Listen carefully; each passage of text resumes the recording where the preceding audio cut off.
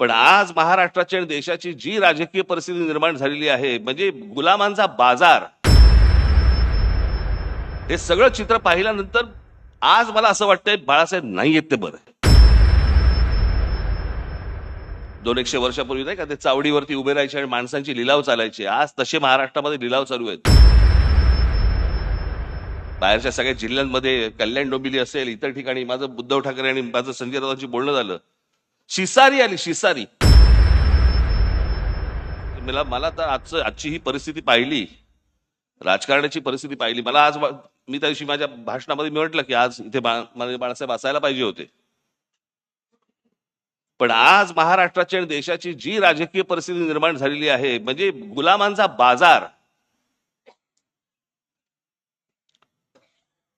आणि हे सगळं महाराष्ट्रामधलं सगळं चित्र पाहिल्यानंतर कुठेही जा तुम्ही, हे सगळं चित्र पाहिल्यानंतर आज मला असं वाटतंय बाळासाहेब नाही येत ते बरं.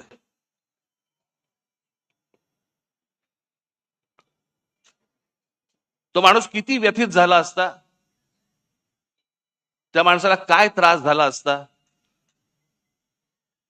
की हे सगळं चित्र आज जे महाराष्ट्रामध्ये उभं राहिलेलं दिसतंय समोर, की जसे ते पूर्वी 200 वर्षापूर्वी नाही का ते चावडीवरती उभे राहायचे आणि माणसांची लिलाव चालायचे, आज तसे महाराष्ट्रामध्ये लिलाव चालू आहेत.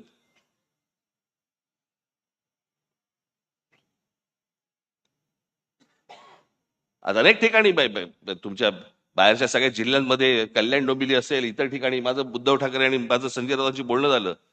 शिसारी आली, शिसारी.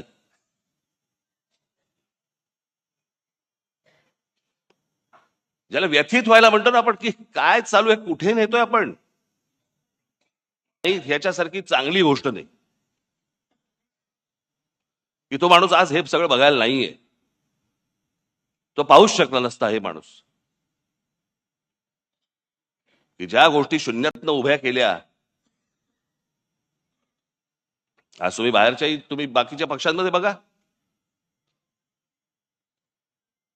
अनेक लोक तुम्हाला दिसतील की जे बाळासाहेबांनीच निर्माण केले होते.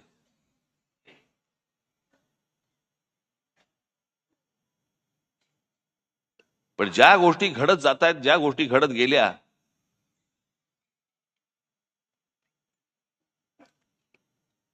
मी ज्यावेळेला बाहेर पडलो त्याच्या वेदना वेगळ्या होत्या.